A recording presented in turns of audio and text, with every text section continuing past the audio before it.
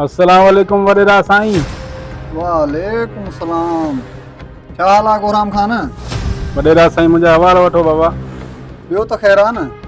ॿियो पंहिंजा हवाल। ॿियो बाबा ॿियो। जी बाबा ॿियो हवाल पंहिंजा। मिठो खीर पी वडेरा।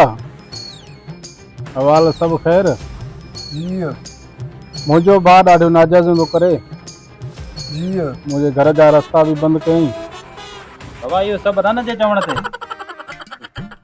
तव्हांखे त ख़बर आहे वडेरा बाबा वटि कहिड़ी मिल्कियत हुई। अदा चए थो सॼी मिल्कियत तूं खाई वियो। इहो बाबा रन जे चवण ते। वडेरा असांजो कमरो आहे हिकिड़ो दुकान जो।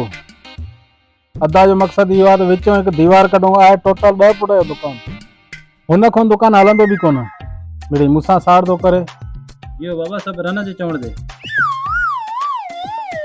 वडेरा हवाला तव्हांखे थो ॾियां।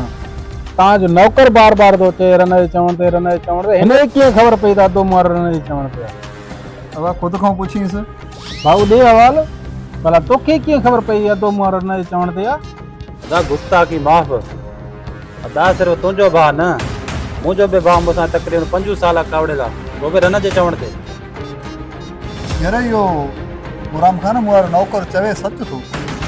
इहो लका तूं ऐं हिन सां न, सिंध जे हर ॻोठ में हर माण्हू रन जे चवण ते हली करे भाउ सां विरोध ऐं खपत थो करे थोरनि ॻाल्हियुनि ते। यार रननि असां मर्दनि खे मुड़ुस न बल्कि फ़िएट ट्रैक्टर सम्झो आहे। ब्रेक जी विची लीवर कढे, कॾहिं साॼे थियूं ब्रेक हणनि त कॾहिं खाॿे। असां बि चरियासीं। हुननि जे हिकु ब्रेक ते चीकट करे गोल फिरी था अचूं। असां बि साईं रननि खे ख़ुशि करण लाइ हुन जे हिकु ब्रेक लॻण सां हीअं चीकट करे गोल फिरी था अचूं। वडेरा साईं तव्हां मुंहिंजे भाउ खे हिदायत कजो।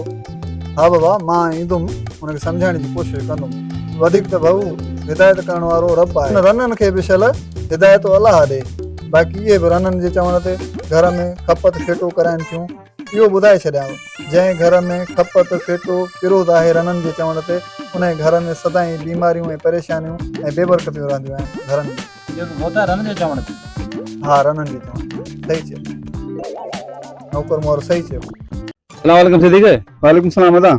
इहो हिकिड़ो सवाल पुछां थो, आसान सवाल, इहो जवाबु ॾिजांइ। पुछ। इहो 5 सूफ़ ऐं 5 केला ई घणा थिया? 5 सूफ़ ऐं 5 केला। हा नथो अचे यार। इहो आसान सवाल आहे, छो नथो चई?